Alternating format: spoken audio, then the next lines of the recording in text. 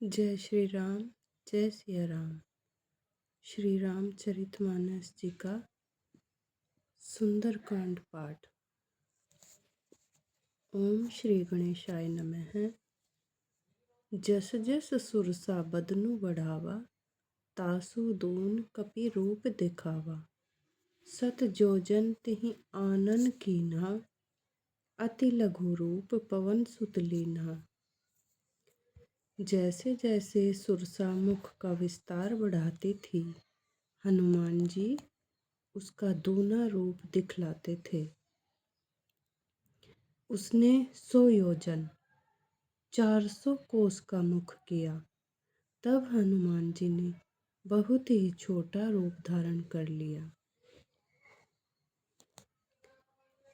बदन पैठी पुनि बाहिर आवा, मागा बिदा ताहि सिरु नावा।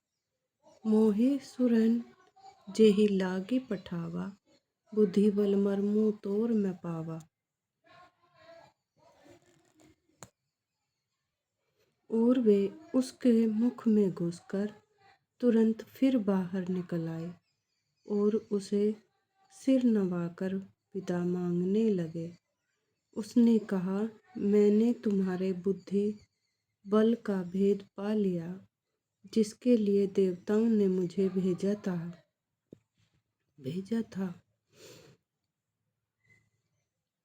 राम काजू सबु करहियो, तुम्हें बल बुद्धि निधान। आशीष देई गई सो हर्षि चलेउ हनुमान। तब तुम श्री रामचंद्र जी का सब कार्य करोगे, क्योंकि तुम बल बुद्धि के भंडार हो। यह आशीर्वाद देकर वह चली गई। तब हनुमान जी हर्षित होकर चले।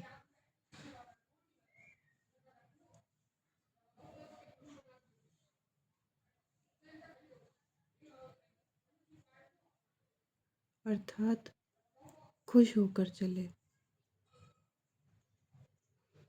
निशिचरी एक सिंधु महु रहियई, करी माया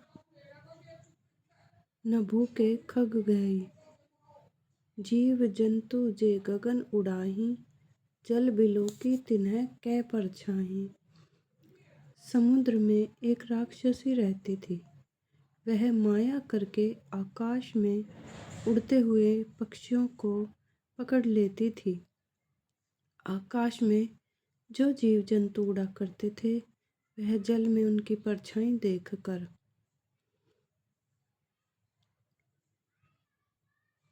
गहिये छाह सक सो न उड़ाई, एहि विधि सदा गगन चर खाई। सोई छल हनुमान कहाँ कीन्हा, तासु कपटु कपि तुरतहि चीन्हा। उस परछाई को पकड़ लेती थी, जिससे वे उड़ नहीं सकते थे और जल में गिर पड़ते थे।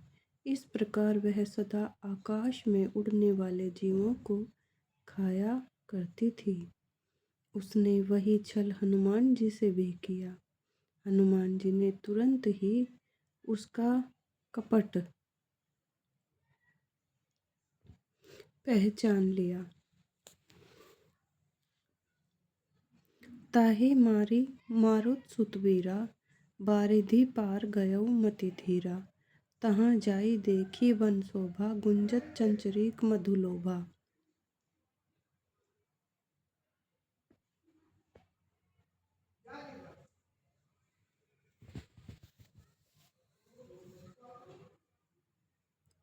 पवन पुत्र धीर बुद्धि वीर श्री हनुमान जी उसको मारकर समुद्र के पार गए। वहां जाकर उन्होंने वन की शोभा देखी।